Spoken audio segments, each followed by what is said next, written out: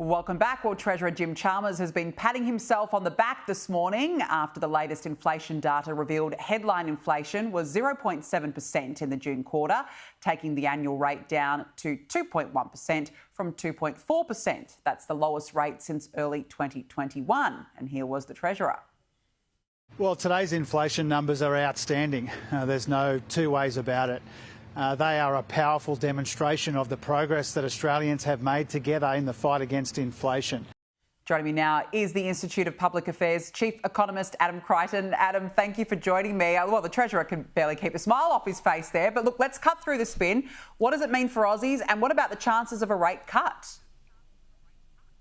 Well, look, the markets are certainly pricing in 3 rate cuts, I believe, by the end of the year. But the reality is inflation is not that low. I think the trim mean or the core inflation rate is still 2.7%, which is about roughly double what it was before the COVID pandemic. So that means at about 3% a year that prices double every 24 years. So personally, I don't think the RBA should be cutting rates. We know the relationship between interest rates and house prices, and when interest rates go down, house prices go up. And we have a housing affordability crisis in Australia. Look, I know, if you have a home loan or if you own your house, then it's kind of nice when interest rates go down. But for the third of Australians roughly who don't own a home, I think it's very bad news when the RBA cuts rates, because it's just going to increase prices even further.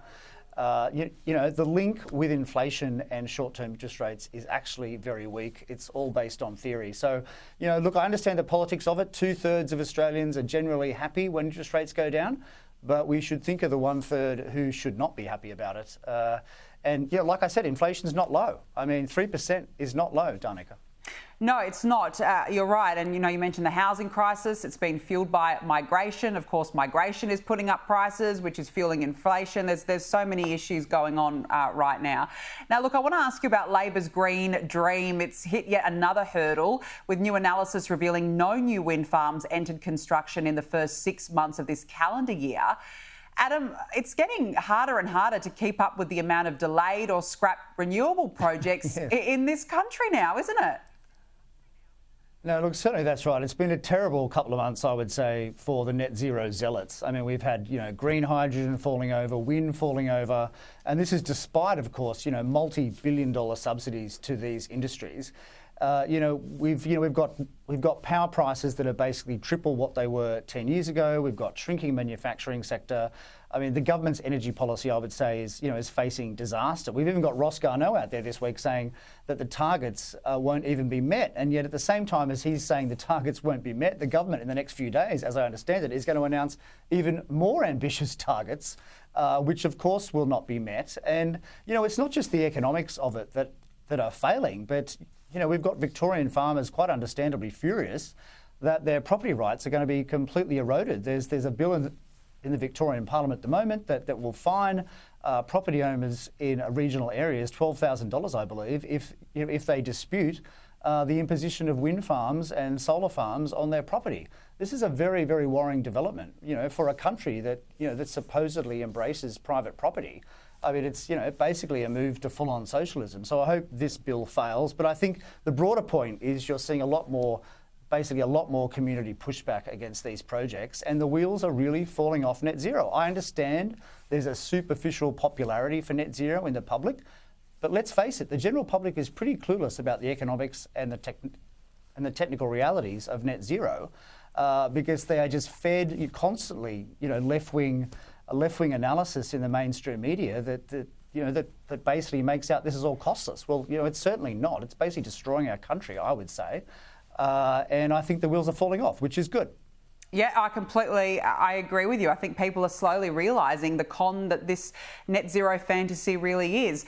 Now, I've got to ask you about this new poll showing Donald Trump's popularity in Australia continues to plummet, with 70% of voters expressing negative sentiment towards the US president. This is according to a SEC Newgate Mood of the Nation survey. Look, I know, Adam, during the election campaign, the coalition tried to roll out Doge policies. And remember when Jacinta Nampijinpa-Price said, "Make Australia great again," and everyone, they went up in arms. It was the biggest scandal, apparently. But, I mean, what do you put this anti-Trump sentiment here down to? Well, look, I mean, I think I put it down to the mainstream media in Australia, which is 80% extremely anti-Trump, and I don't think Australians really know what's going on in the US. I mean, whether they like him or not, I think is largely irrelevant. The US is our most important ally, and it's really important that the government has a good relationship with Donald Trump. They obviously currently don't. We have one or two submarines that function. I mean, we clearly depend on the United States for our defence. So I think these polls are extremely annoying, irritating, I would say, because they make it harder for the government to develop that relationship with the Trump administration. I mean, if you look at actually what's going on in the US at the moment, I mean, Trump's achieving, pretty extraordinary things for the US. I mean, look at the US-EU trade deal just recently. I mean, it was basically complete capitulation by the EU to the United States. It's a huge achievement for the US.